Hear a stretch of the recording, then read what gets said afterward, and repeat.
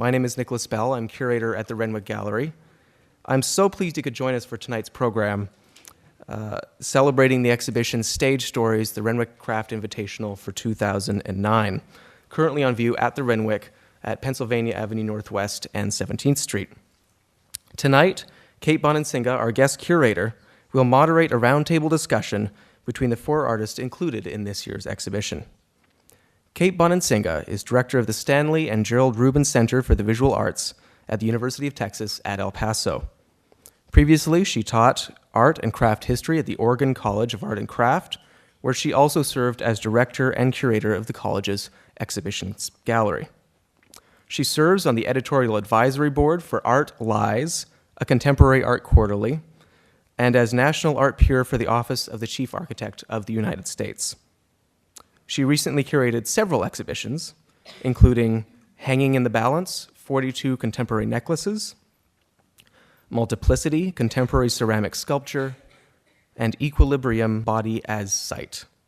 In 2005, she was a mid-career fellow here at the Smithsonian for the interpretation and representation of Latino cultures, and in 2006, she participated in the Getty Center's Museum Leadership Institute.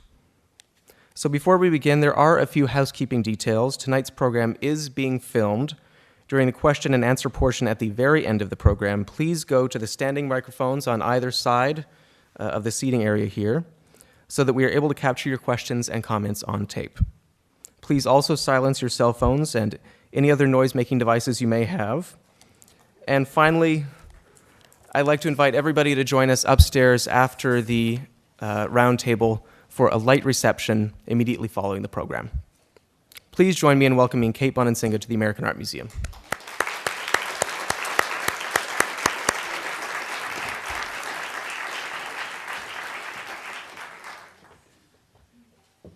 Very nice to see you all here tonight, and thank you, Nicholas, for that nice introduction. I appreciate it.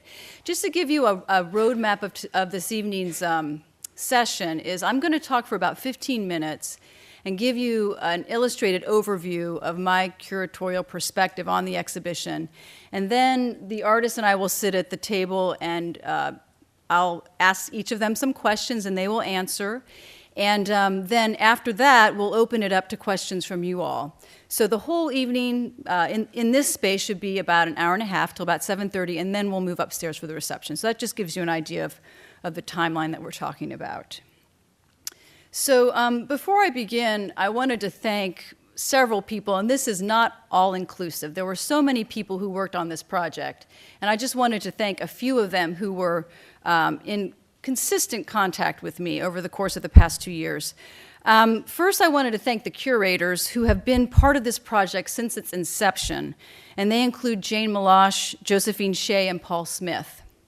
And also deserving of very deep gratitude is the staff of the Renwick Gallery and the Smithsonian American Art Museum, in particular Nicholas Bell, Fern Bleckner, Betsy Brunn, Tiffany Farrell, Robin Kennedy, Robert Killian, Katie Crooks, and Rebecca Robinson.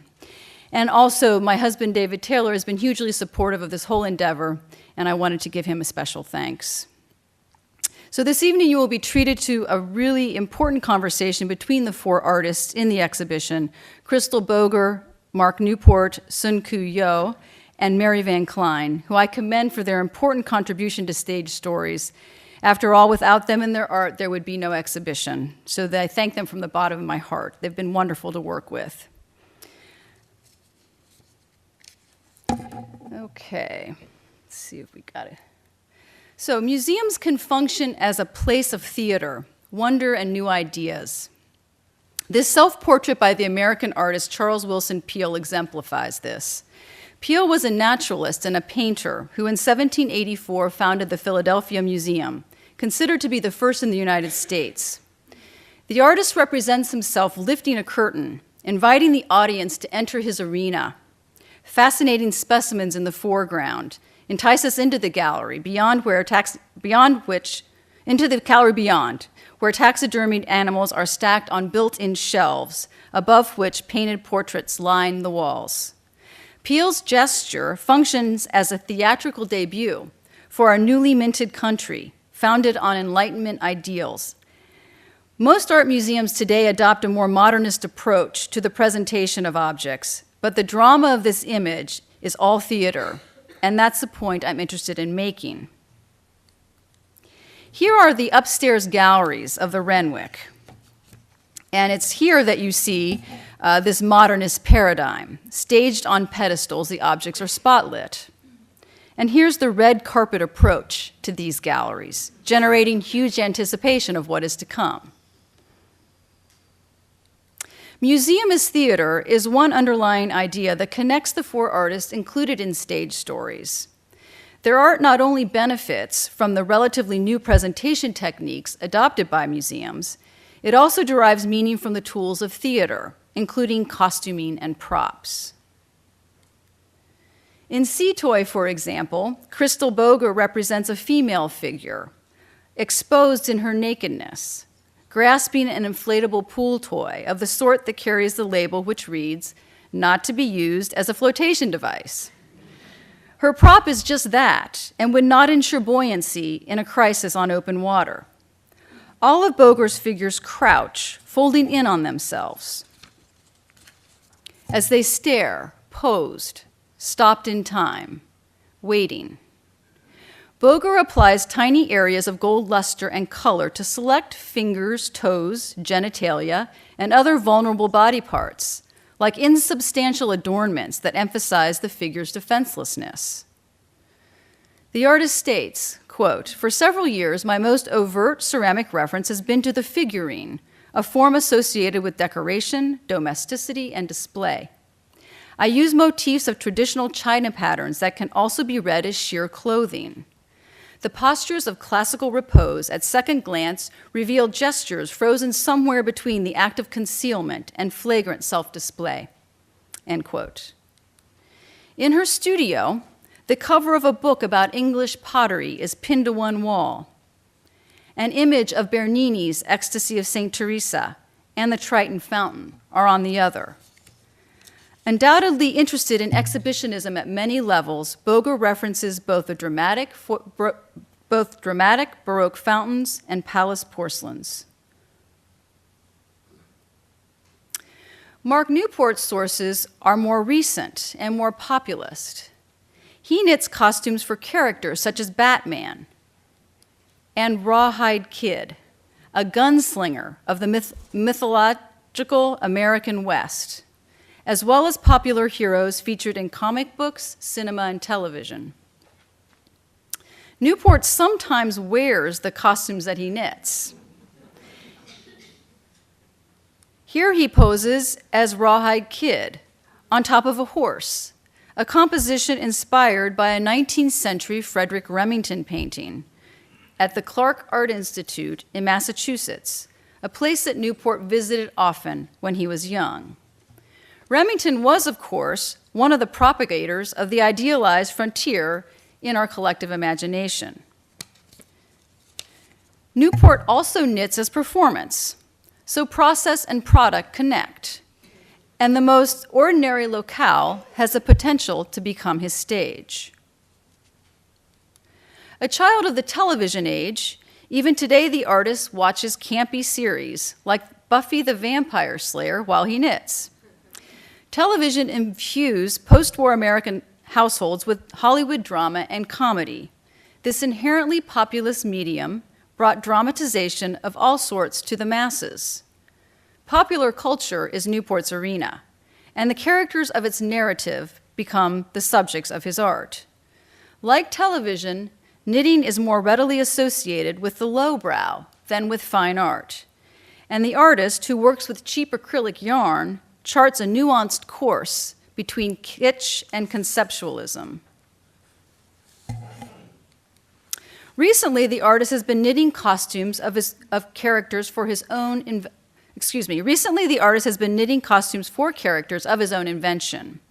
Every Any No Man takes the drooping and sagging that is inherent to all of his suits to an extreme because it is 10 feet high.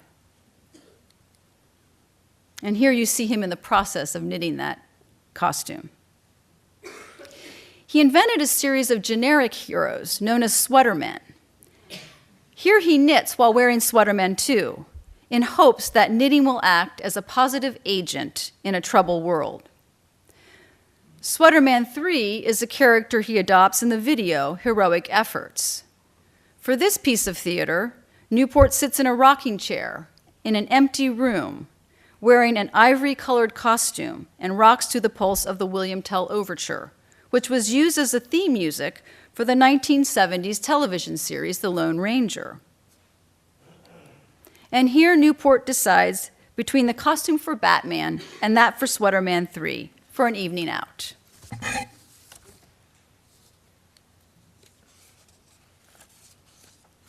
SunKoo Yuh juxtaposes comedy and tragedy with references to Buddhism, Confucianism, Christianity, Korean folk art, tomb figures, and expressionist painting, amongst other sources in his ceramic sculpture.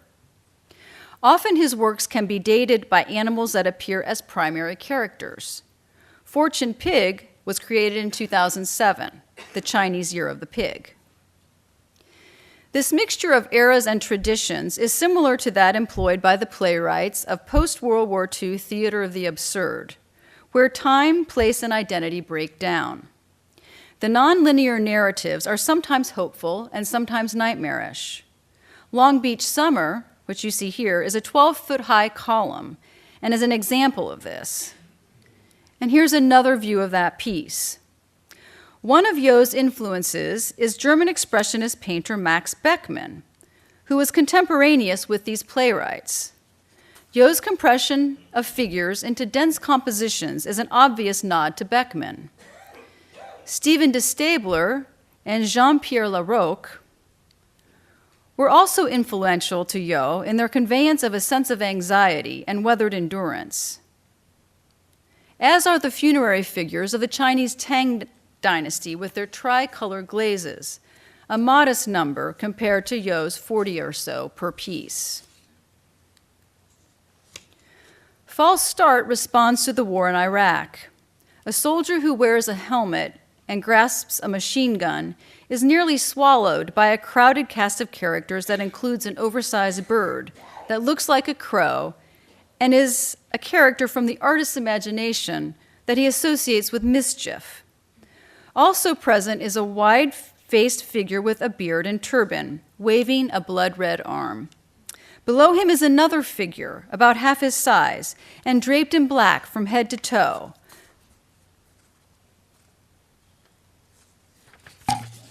A woman in a burqa who has explosives strapped to her chest.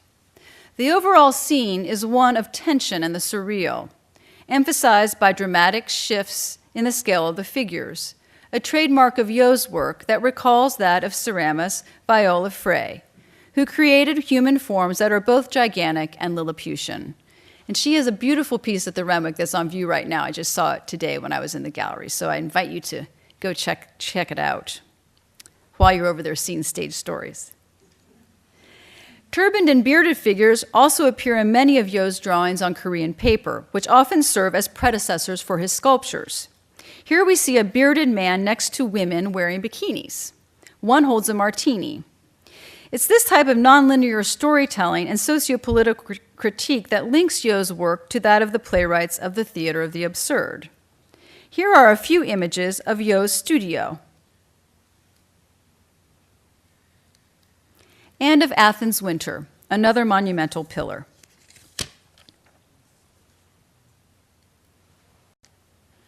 Mary Van Cline's sculpture, The Listening Point, is the piece in the exhibition that most directly references theater because a stage extends in front of an image of an actor wearing a mask from No Theater, which is a classical stylized form of Japanese musical drama so slow-moving that the actors seem to pause in time.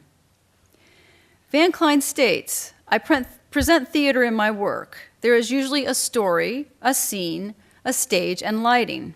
I build theater sets from my photographs, end quote. The subjective nature of reality is one theme of The Listening Point because the stage is glossy black and not only mirrors the photographed figure, but also the surrounding space. So while it distances the viewer, it also incorporates the real space that the viewer occupies. Van Cline has traveled and photographed throughout Japan, and it plays a prominent part in her imagery. Greece does too. This piece, The Cycles of the Relationship of Time, consists of components of cast glass assembled into a silhouette of a vessel pierced by a portal and topped by a form that is reminiscent of a Japanese torii gate, an architectural structure that identifies the entrance to a sacred space. A young woman draped in white, a costume that references the dress of the ancients, looms large in comparison to the landscape. So does the woman in Healing Passages of Time. The scale of these figures allude to Greek humanism. This philosophy suggests that human beings are at the center of social and moral concerns, exemplified by these figurative caryatids of ancient Greece that literally support their environment. Humanism is antithetical to an important genre of East Asian landscape painting, where awe-inspiring mountains dwarf human figures to indicate the power and mystery of nature. In Fan Quan's Travelers Among Mountains and Streams, the human presence in the lower right-hand corner is almost indiscernible. Can you all see that? It's right down there. There's an ox-drawn cart. And this is from about the year 1000. Van Cline's sculptures conflate these two broad systems of belief. A smaller sculpture, also titled The Listening Point, represents a pivotal moment by harnessing the three unities of Greek drama: time, place, and action. The time seems long ago, the place is Asia, and the spark of action is in the immediate future, when the cloaked figure will encounter the masked one. It can be argued that figurative art in general has a dramatic effect because we tend to empathize with the implied narratives that such representations suggest. The artists exhibited in stage stories are unified in their focus on the deliberate theatricality of their figuration and on their reference to various modes of storytelling. Stage stories furthers these concepts through dramatic theater-style lighting. All four artists are connected to the history of their media and use this connection to strengthen the ideas conveyed in their art. Boger studied Baroque palace porcelains and, in her words, maintains the glazed surface that places the work squarely in the lineage of ceramic sculpture rather than that of stone, metal, or other material. Mark Newport recognizes that knitting is historically allied with women's work and uses this association to burst open stereotypes by knitting costumes for imaginary heroes. Historical paintings and ceramics are Yuh's muses for his drawings and sculptures. Here's one side of the piece and the opposite side. So you can see how dense those compositions are. It's constantly changing perspective as you walk around them. And Mary Van Cline creates black and white photographs of choreographed encounters. How each of these artists employ disguising and staging and lend them meaning is the subject of the exhibition and will anchor this evening's discussion. Okay, thank you. And thank you. So now we're going to ask each of the artists to come one by one up on the stage, and I'll call them by name so you can see who each of them is. And then we'll go from there. It'll be more of a conversation rather than just a straight-up presentation. So I guess if we could turn the lights up, that would be helpful.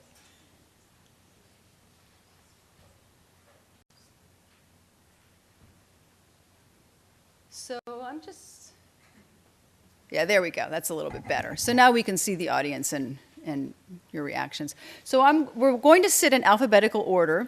I'm going to be at the far end, and then next to me will be Christyl Boger. So Chris, if you could come up on stage. And Christyl is an assistant professor of art at Indiana University in Bloomington, Indiana, excuse me. And then next is Mark Newport, who's the artist in residence in fibers at the Cranbrook Academy of Art in Bloomfield Hills, Michigan. Next is Mary Van Cline, who is a Seattle-based artist who has an exhibition at Habitat Gallery that's opening tomorrow, right, Mary? And then finally is SunKoo Yuh, who is Associate Professor of Art at the University of Georgia in Athens, Georgia. So I wanted to divide this evening's discussion, loosely divided into a component about how the artists respond to this curatorial idea of their work relating to the concept of theater. And then we're going to talk a little bit about their materials, and then we'll move into their subjects and their process, because I know that's always a compelling conversation, and it's great to have the primary source of how things are done right here in our midst. So I wanted to start with a question for Mark, a very basic one. How did you decide to knit costumes for superheroes? What compelled you to do that? That doesn't seem straightforward. There were multiple reasons for it. First, work that I'd been doing before I started knitting the costumes used superhero imagery in comic books. And so there was a natural sort of outgrowth of that kind of imagery into the new series. And then when I started these in 2003, it was fairly fresh off of 9/11, and there was all this talk about protecting the border, protecting the society. I'm also a father. So my children were doing things that made me want to, protect them and take care of them. And I thought, well, who does that? How do you deal with that socially? And superheroes, again, came to mind. And I thought, well, the only way for me to protect people was to be a superhero. That doesn't answer the knitting part, right? That's what you want me to get to. We're all waiting for that. And because I'm trained in textiles, I've always used textile processes partially for the social relationship to gender, which I like to use in a contradictory manner, but partially because with knitting, it makes a great elastic fabric that of course a superhero would wear because they would move. There was the faux function idea. There was also the notion that knitting is incredibly time consuming, and so it was not a reasonable choice for someone who's dynamic and active and out to save the world. So it again provided another contradiction that I was interested in with the work for these multiple levels of reading. And so talk about this rift between the sort of the feminine act of knitting and the very masculine act of superheroics. What was there intentionality behind that too? Yes, in the sense that there's a relatively strong political agenda to the work. It's not something that I want the work screaming about, but it's based in being educated by a lot of very strong feminist teachers and my mom, who is feminist, and believing for myself that the traditional ideas about gender are limiting, because if a woman can't be a superhero, and there are superhero women, I know that, but if you think about that as a more masculine activity, likewise, a man's not supposed to knit. And since I do textile work, that's kind of limiting to me. And so there's this sort of utopian goal with the work, and I use those contradictions to try and put a little frisson or dynamic tension in the work. Do you see the newer pieces like Sweater Man and Bobble Man, are those gender specific? Are those for men or not necessarily? All the costumes are for men in a way because I make them for me. Mm-hmm. And they're for men largely because since I'm taking on this sort of drag performative idea with them, I don't want to get into a true drag kind of thing and make Wonder Woman or something like that. Uh-huh. So on the other hand, when I put them in galleries the way they are in the show, I tend to think about them hanging there so the viewer can project the idea that they might put them on. Mm-hmm. So I'm a little less worried in that arena about the gender of the viewer or that kind of projection. But when I make them, they're my costumes, so they're for guys. Mm-hmm. But if you're 6 feet tall and you're a woman and you're about my proportions, knock yourself out. And I mean, actually, it might fit me almost as well as it fits you, because it doesn't fit anyone very well, right? Exactly, yeah. So, yeah. So, Christyl, I want to talk to you about your subjects and their relationship to this idea of theater. Are they specific characters or are they generalized? They are, I would say they're more generalized, although because of presenting them as isolated individuals and the audience interacts with them as if they might be meeting a stranger, and you have just the social cues of pose and posture and expression to kind of create a relationship with the figures. In that sense, they're individuals, but they're not acting out. The characters that they're acting are a generalized, more of a cultural history and cultural expectations of idealized beauty, youthfulness, power, wealth, and that all of those things are safety nets and are what make us who we are in a way that's it's fairly superficial, but these are the cultural ideas that have not changed very much. One thing I noticed, and it was a great privilege today to see the exhibition, because a lot of the pieces in the show, especially the ones by Christyl, I'd never seen in person. I'd seen some of her other seminal works, but not the ones in the show. And one thing I noticed, and maybe you all will have noticed or will notice when you go over there, is I attempted to make eye contact with her figures, and I couldn't do it. They're very, my read on them is they seem very introspective, a little bit self-involved, and not as attuned to the exterior world as one needs to be in order to function well in the exterior world. So they kind of seem in that way, all the words I use to describe them, sort of vulnerable and maybe a little crippled in a way, emotionally crippled. Is that intentional? Did you have that in mind? I mean, beautiful. Beautiful. They are like, narcissistic. Narcissistic. And I say that in a loving way. Right. That is a fairly crippling sort of inability to really get outside of oneself. Right. And I think they are very encased in this sort of armor of presentation. Right. And that could lead us into some process information, because I'm certainly interested in hearing about it from these folks, and I know you are too.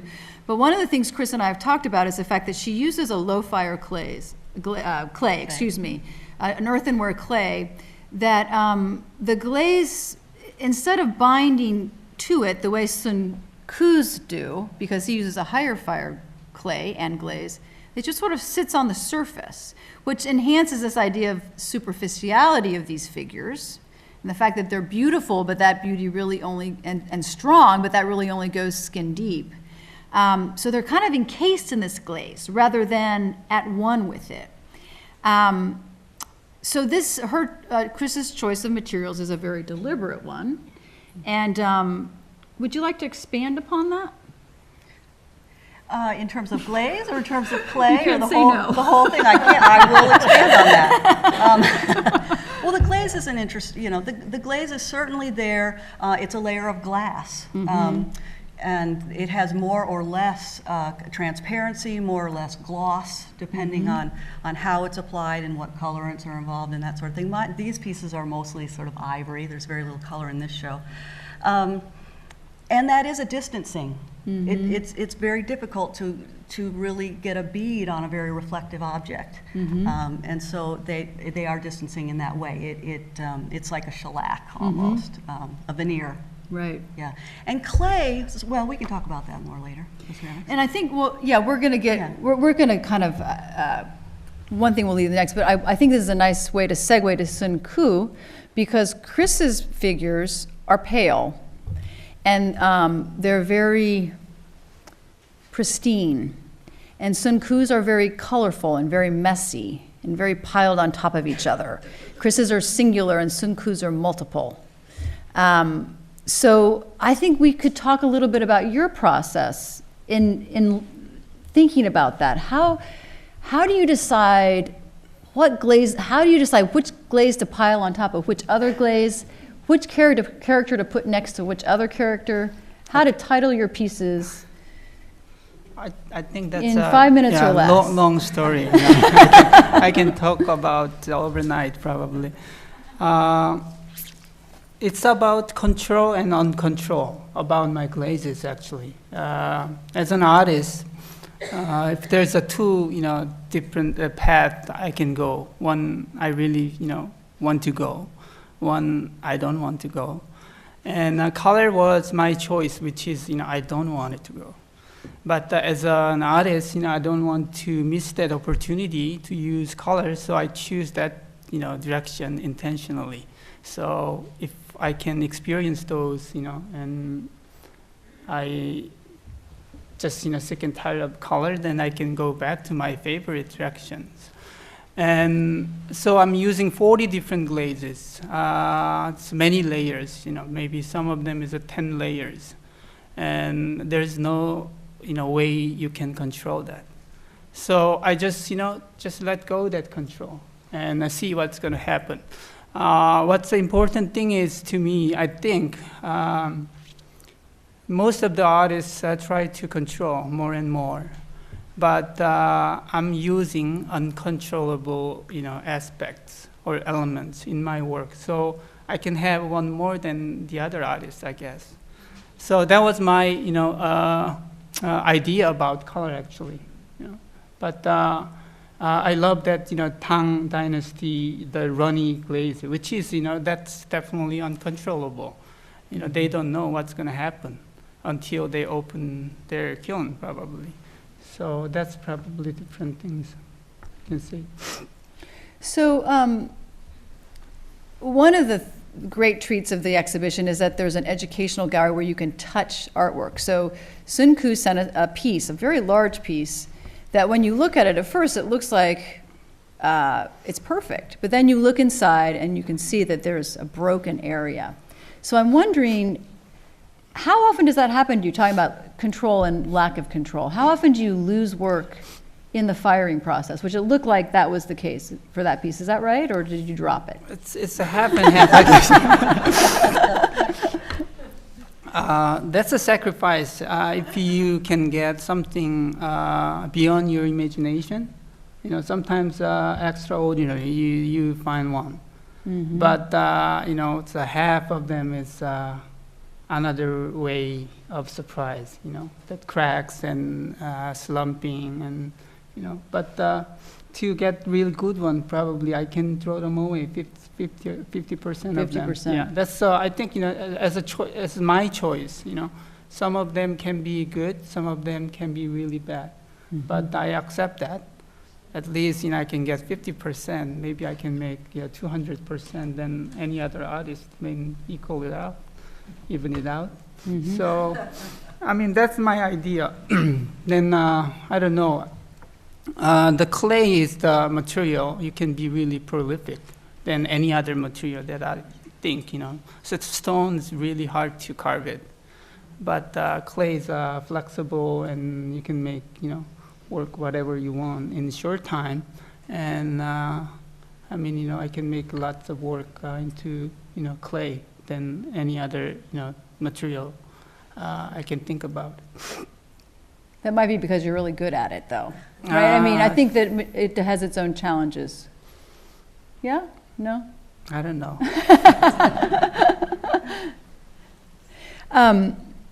Mary, I'm interested. You have become very well known about your combination of photography and glass. But when I go into the Renwick space, I feel like the photos, especially the large one, the new one, the title of which I've forgotten, of the very large female figure pictured in the Southwest.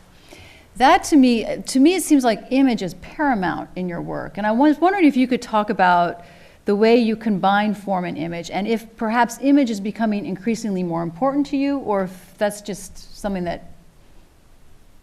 that's my misunderstanding. I would consider myself a black and white photographer using a transparent material. And I feel like I'm less of an object artist than an installation artist. As my work matures in now approaching my third decade of combining photography and glass, which is what I've become known for, I've invented some techniques along the way because of the era I'm living in and the nature of the drastic change of photography that's happened in the last 20 years. The piece that you're referring to is called The Healing Passages of Time. Thank you. It's 10 feet wide by 6 feet tall, and it, rather than be a object, it projects light through a transparent black and white photograph into a space behind the piece. So it negates the surface of the actual art and pulls you into a projected image, which is more and more where I am heading, into thin air. So when you turn off the light, the piece is gone. Isn't that a nice conservation of space? I believe that your question about the image becoming more important. I travel the world, and people ask me, what are your influences on your art? And it may sound a little, what was it, narcissistic? Aren't all artists narcissistic?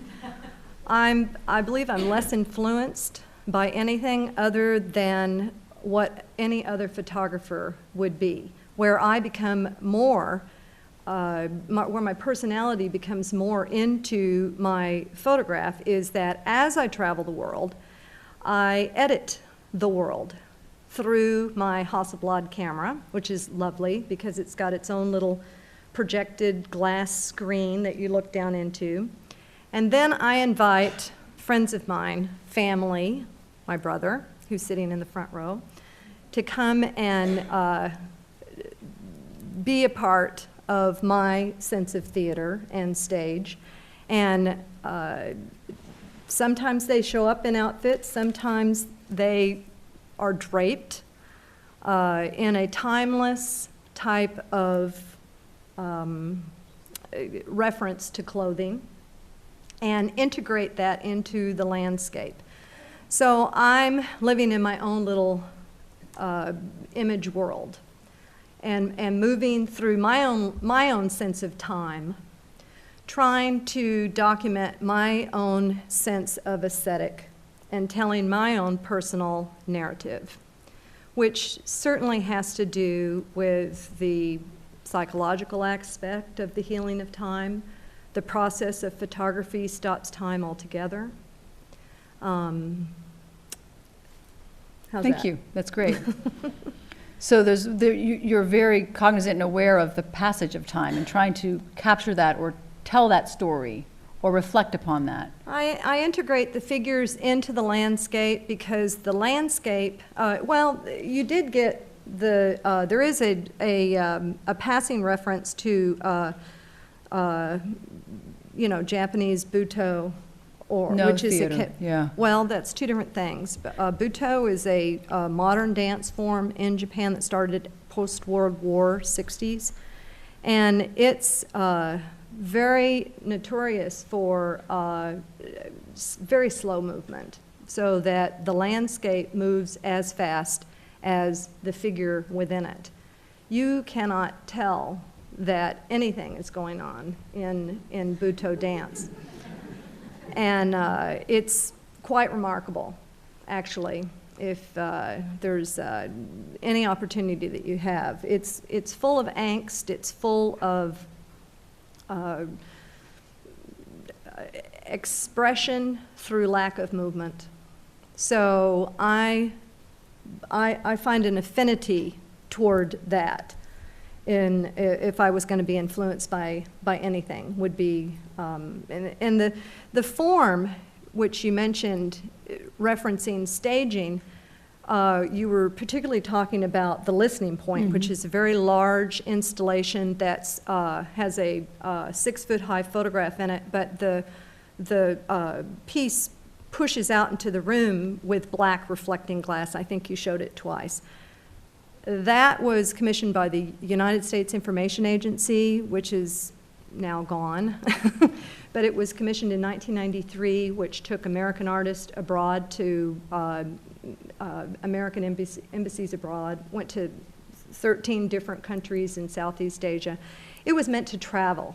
Originally, the photograph was intended to reflect into water. That was a little hard Interesting. to set up into it was a little hard to set up in embassies in where it originally opened was Calcutta, New Delhi, moved into all the other Southeast Asian countries. It was on tour for 3.5 years. So I replaced it with black reflecting glass, but intentionally it was meant to be another. I see. It's always about projecting an image onto another surface, into another environment. Thank you.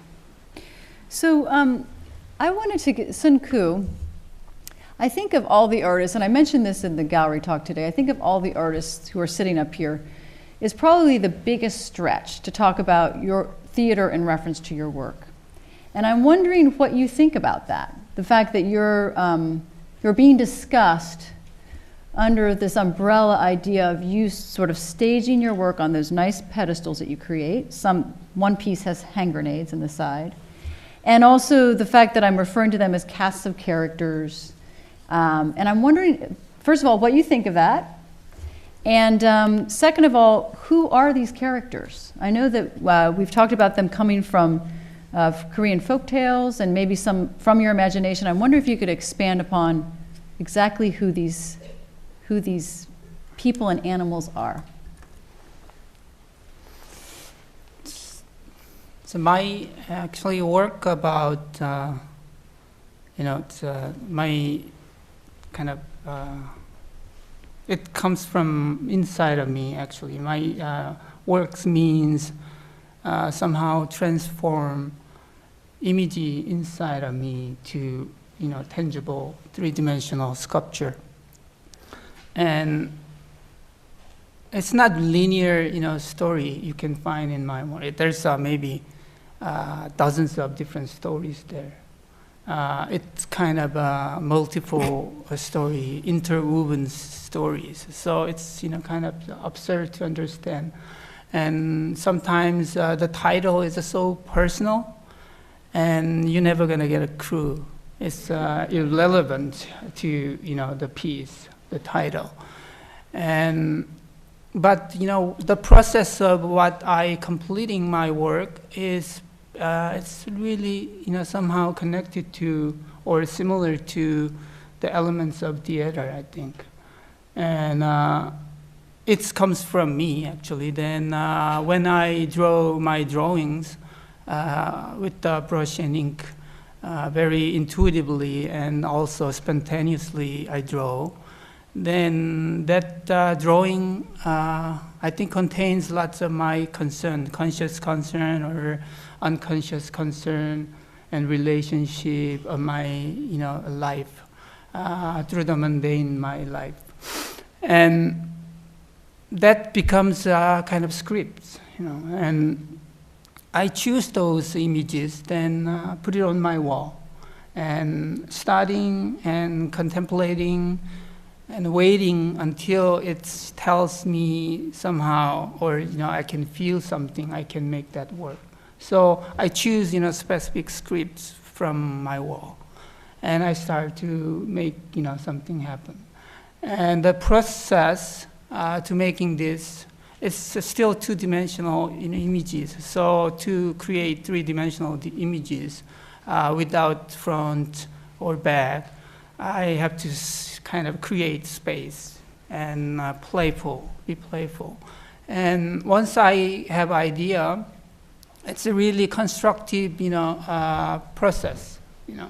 There's no absurd idea to make that happen. So I just build it. I build with the porcelain. It's really hard to work a large-scale porcelain sculpture, but that's the time I put my energy and everything making all right. And after that, I mentioned briefly about the way, the manner of my glazing, which is not helping, but somehow it's work. And I put my glaze, 40 different glazes on the top of each other. and just let go my control. And firing also same process. You don't know what's going to happen. You know how long you fire, how high you fire. But mostly my clay melted around 2,400 Fahrenheit, so which is fairly hot. If I stay a little longer, all the glazes I can find at the bottom of the. So I mean I don't know. Sometimes that happens, and I'm waiting until it cools down and open the kiln door. That's the most exciting moment in my life, I guess. Sorry, my wife's there, but honestly, you know, that's a really exciting moment. Then I open it up. Then sometimes, you know, it's blow my mind, but sometimes, you know, it's really terrible accidents there. But I love this, you know, the process, which is, I think, is parallel to our, you know, life. Sometimes you do your best, then something goes wrong, and you know, it's the same way. I just accept that. I love that. And you ask about that figures. Sometimes I don't know. The figure I know, there's a fundamental issue in my work, you know, like universal questions and fundamental questions about life and death and good and evil. And there's religions and fertility and longevity, which, you know, so most of human really concerned about it. And on the top of that, there's a plot, there's a, you know, the impact in my mundane life, everyday life. I feel something, I realize something, then that story goes on the top of that fundamental background. And images comes from, you know, everywhere, actually. From Korea, Kate mentioned about that folk tales and storytellings, and Chinese, you know, proverbs, and sometimes just, you know, cultures. Each culture, different culture has certain meanings. For example, it's not all singular, symbols, singular meaning. It's dual, triple. So it's really hard to kind of, you know, to understand what's going on. I don't even know. I don't want to try to analyze those, you know. But from the time, I'm thinking about it. What's a good art? Then what I'm really trying to do. And recently I have another kind of, you know, idea or insight. And like, you know, theater, you come to the theater, then you watch, you know, play or musical or whatever the performance, then you go out. What you got? It's a feeling. It's a great. It was hopeful. It was terrible, tragic. You know, you got some you know, different feelings, emotions you know, get from that theater. And in my point of view, I think it's the same way. It's not the story, actually. You know, it's not the story I really, narratives, you know, stories I'm not going to tell. Probably just, you know, emotions and feeling. Because, you know, empathy was a really big word for me when I was really young. And still, it's, you know, I forget, but, you know, I still carry those. So I want to, you know, transform some of the emotions to the viewer. I mean, so it's not about story, probably. It's about, you know, share our emotions, I think. Thank you. Mark, do you really watch a lot of TV? That's an awful question. Okay, let me ask another one. No, that's okay. I mean, does television, is it more than a pastime to you? Probably. I did have one of my colleagues tell me that he thought that my artwork was an excuse to be able to watch television. Filled with lots of friends around me. You know, when I was growing up, my television was kind of the babysitter and the gatekeeper, and it was where the stories came. I mean, yeah, I read books and stuff and all that, but every night the whole family was around the TV. I like to think that I've gotten better at choosing my television. We can argue about Buffy the Vampire Slayer if you really want. I don't think it's campy. But it's also part of, like, the process of knitting is one of those things where I can do that and have split concentration, which is how TV sort of functions for me. Right. There are shows that I will, watch and really pay attention to, like a movie, but most of the time it's more noise in the background. It's a football game or something, and so the knitting is sort of like, the other part of my brain working. Right. I was reading the news, and Diane Sawyer is now one of the anchors of the evening news, and the particular article I read was basically saying that no one cares who the anchors of the TV news series programs are anymore, because no one really gets their news from TV. We stream it off the web or, mostly internet. So I'm wondering if this might, we of this, the television generation, are we already sort of becoming antique? Or the students who I teach at University of Texas actually don't watch that much TV. If I ask them, they do other things that might be equally unhealthy, but they don't watch that much TV. And I'm wondering, what that means about your work. From a sort of a longevity standpoint, like looking back on it, will it be a product of this particular time from World War II to the Iraq War? And then after that, TV just isn't that important. Just throwing that out as a question or a possibility. That wasn't one of the possibilities I worried about ruining my work, actually. Yeah. But no, I think if anything, it would certainly empower it. Oh, that's an interesting idea. Wow, TV's going to make it better.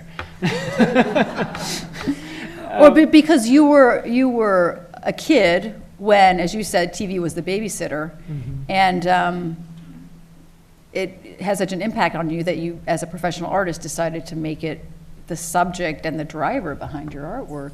And someone who was born much before you or much after you probably wouldn't do that. True. We've got several professional colleagues that are, they don't watch television the way I do.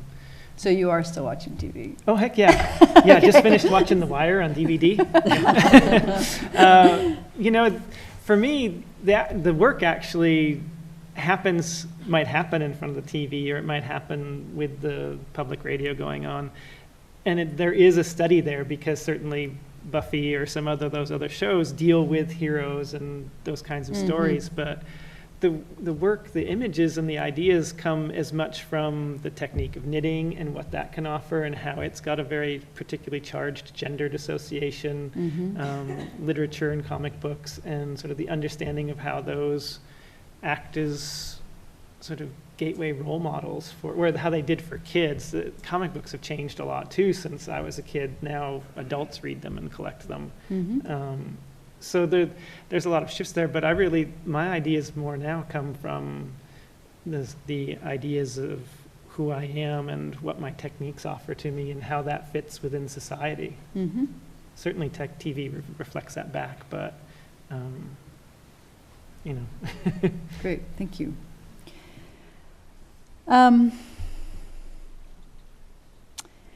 Mary, I wanted to ask you how you decide where to place your subjects. How do you pick your landscapes? Do you have the ability to change this image? Yeah. And I'll tell you exactly. Okay. Which one should I switch it to? The piece that's owned by the Renwick.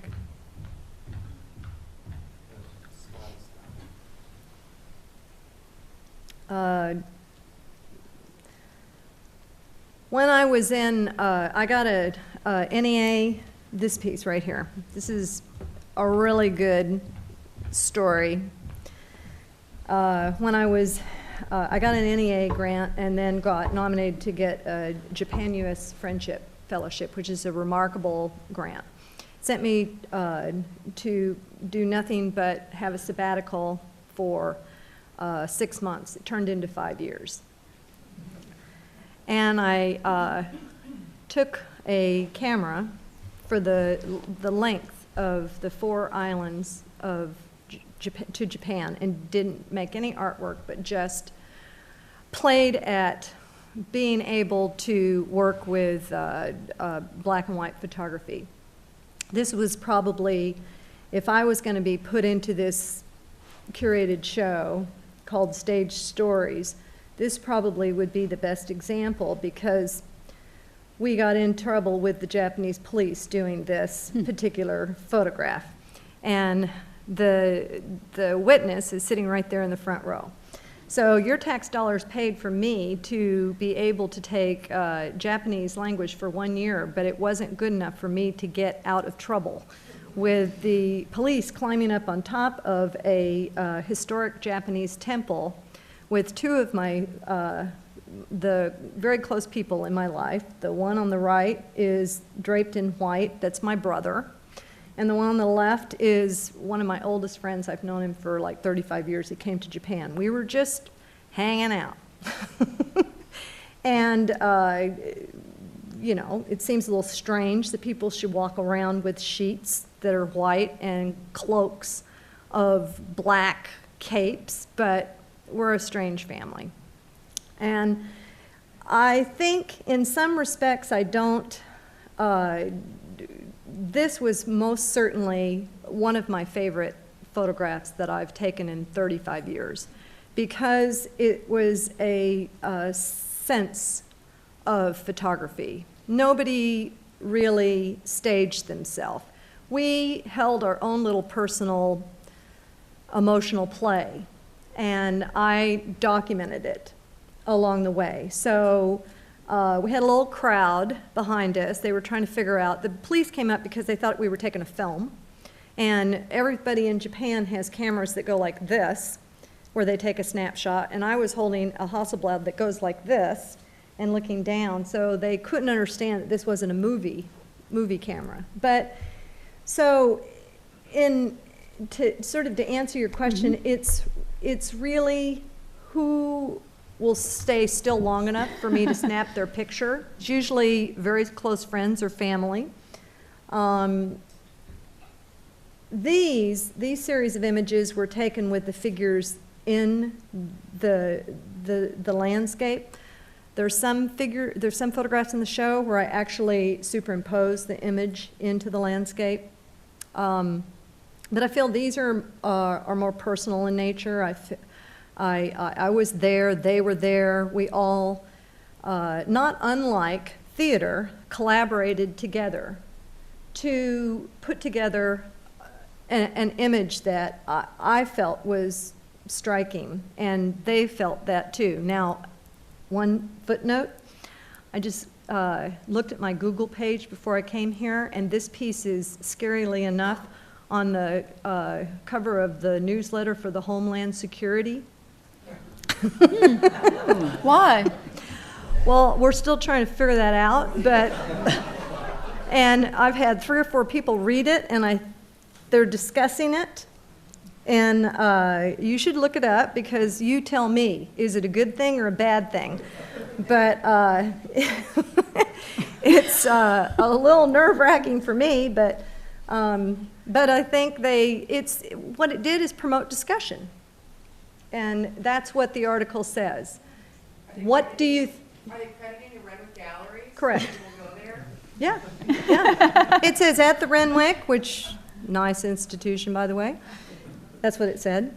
And then the big caption underneath this picture is, what do you think? So I thought, well, it's either a good thing that I've caught the attention of the Homeland Security Watch, or a bad thing, but I tend to think it's a good thing because it promoted a discussion. Great. So, Yeah, thank you. I have lots and lots more questions, but I think I'm going to stop being selfish and let you all ask questions, because we've got about 20 minutes left. So it'll be a nice opportunity for you all to ask any one of us here on stage anything that might be on your mind about the exhibition. And there's 2 microphones, one on either side, and we won't be able to hear you unless you step up to one of those microphones to ask your question. And if no one asks a question, then I'll ask some more.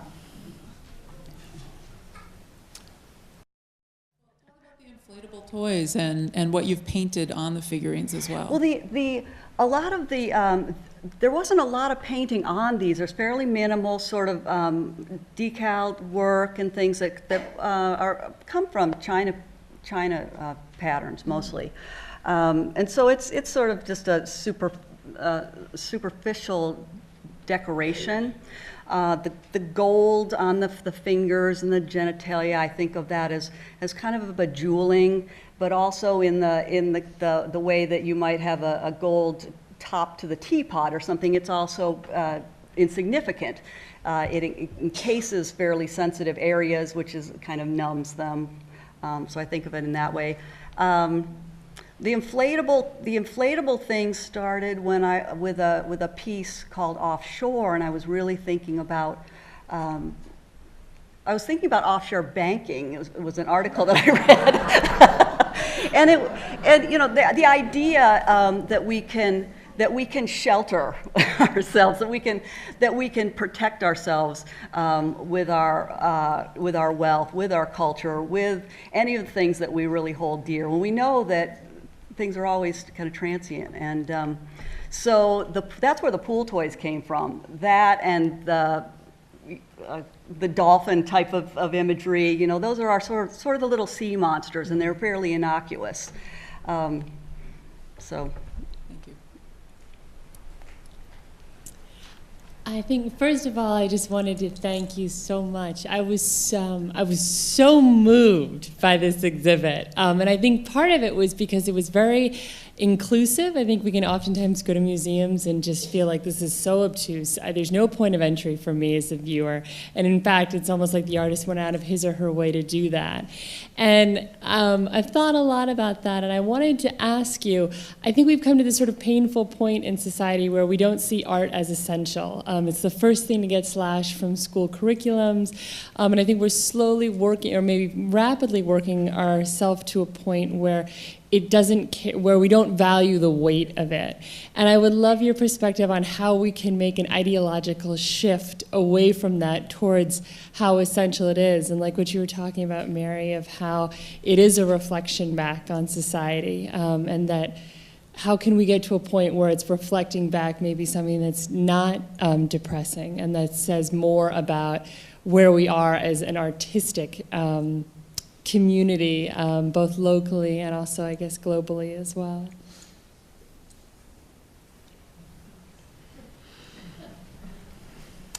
Oh. It's a huge question. And I I think, know. Well, and I think lobby your congressman. Here we are in Washington, D.C. Because I would keep politics out of it, and I'm fortunate. I believe that I'm fortunate enough to have been in an exhibit that is, I think, using your tax dollars in an appropriate way, which is called the living part of the Smithsonian, and I like that. I like that we as a society, but that, you know, are still have a say about how, you know, thank you for your tax dollars, by the way. I guess, I think if you were responding to my question, it's not oppressive. I don't think any of our work is dark. I don't even think his is. Though I'm a little worried because I feel the figures have melted out of the suits. I'm a little worried about those empty suits, but it doesn't come across as dark.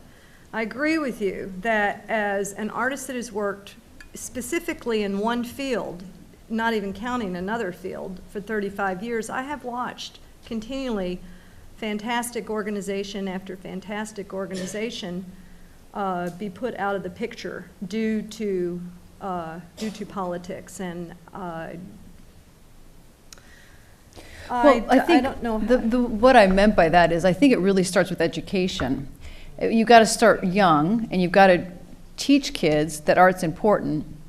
And I think that means more funding to education and to teachers, hiring teachers at salaries that are comparable to other professionals. And that's educating our society. No, I think it starts even before that. As a footnote, I always like to add a footnote. I think it starts with your family. I had, by far, the most supportive family in the entire planet. They're sitting on the front row. From the time I was born, I was told that I could do anything and supported to be able to do anything. I wasn't told to go out and get a real job. I was supported in an emotional way that made me confident that I could interact in this complicated global warfare that we call the planet Earth and contribute. So I believe it starts at a molecular level within your structure of your family, and it's pay it forward. Do any of you others have comments on that? Just going to say, in between Kate and Mary, literally with this comment, you know, yes, you can lobby your congressman. Your family definitely indicates how you can go about doing things, but all of you can take friends to the museum that don't like to go to the museum and show them a really good show, because if it's word of mouth, that's how things are going to go, right? Take your kids, your grandkids. I remember my parents weren't particularly interested in supporting the art habit. It was not something that was well greeted. Yeah. My dad told me after I had kids, he said, well, kids don't like to go to museums. We never did that. So, you know, you've got to educate virally. You got to get out and do it one by one. Mm-hmm. I think there's something really essential about the craft arts also, because I mean, some of us are teaching, and it's the type of thing that is possibly less intimidating than painting or sculpture to someone who just wants to explore their creativity. And so we have I have a large number of students that are not art majors, don't intend to be artists, but they will come into the classroom, work with clay, and have a really positive, hopefully a really positive experience that they're going to then take forward into their life. They've learned how to do something with their hands as opposed to the keyboard and the mouse, and that can be, you know, I get business students that just come in because they need that part of their life more enriched. And I think that's a real value in the craft arts, that it does have an accessibility. Mm-hmm. You know, along those lines, I was fortunate enough to go to the American Craft Council is hosting biennial conferences, and the first one was in Houston 2 years ago, I think it was, in 2007, and the next one is in October, i.e. next month. And Peter DiMarzio is the director of the Museum of Fine Arts in Houston. And there was this conversation going on about craft artists want to be in the museums, that old conversation about we want to be treated the way fine artists are treated, with the same respect, and have a place at the table and in the museum the same way that fine artists do. And he stood up and said, museums need craft a lot more than craft need museums. Because it's the craft shows that people go to, because they feel connected to them in the same way that this most recent questioner was saying, that people find that to be approachable and something that there's a point of entry for most audiences. So it's the museums that should be clamoring for the craft exhibitions, not the other way around. So I thought that was just a really interesting perspective and welcome perspective.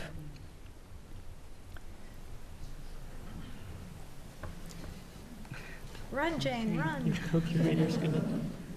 I know, I had to say something. I'm Jane Malash, and it's been my pleasure to watch this show develop from afar, and I want to congratulate Kate on behalf of Paul Smith and Josephine Shea for really taking this further, and all 4 of the artists. It was really beautiful to walk in and see the work, and I had visited the artists, some of them their studios before, but what really struck me this time was the idea of the artist's self-portrait. What shocked me was to see all 4 of you in your work. And Christyl, your pieces that were there, I realized when I was looking at the female figures' faces and even the males, it's just artists are always in their own work. And there was a lovely show here done at the Portrait Gallery, Artists' Self-Portraits. And then I think of you in your portraits of you're not in your suits and you're in your suits. They're kind of a self-portrait. And Mary, you're in your photos and you're not in your photos. And SunKoo, you're in your work everywhere. I mean, you're in the birds, you're in the trees, you're in the skyscrapers. And so I thought that this really reinforces some of the fundamental ideas we were talking about initially with figurative art, but narrative and interpretive, and the experiential element that craft enters into. So it's not your traditional kind of theater, but at the same time, any actor is always putting on garb or character or clothing, a disguise. And so I see you disguised, all of you, in your work, and it's been kind of a pleasure. So I don't know if any of you are, I'm sure all of you are aware of it, but artists often hide behind that, and it's a very clever way to sort of express. I think actually, SunKoo, you really talked about kind of concealing and revealing at the same time very powerfully, and so it was really congratulations on such a beautiful show.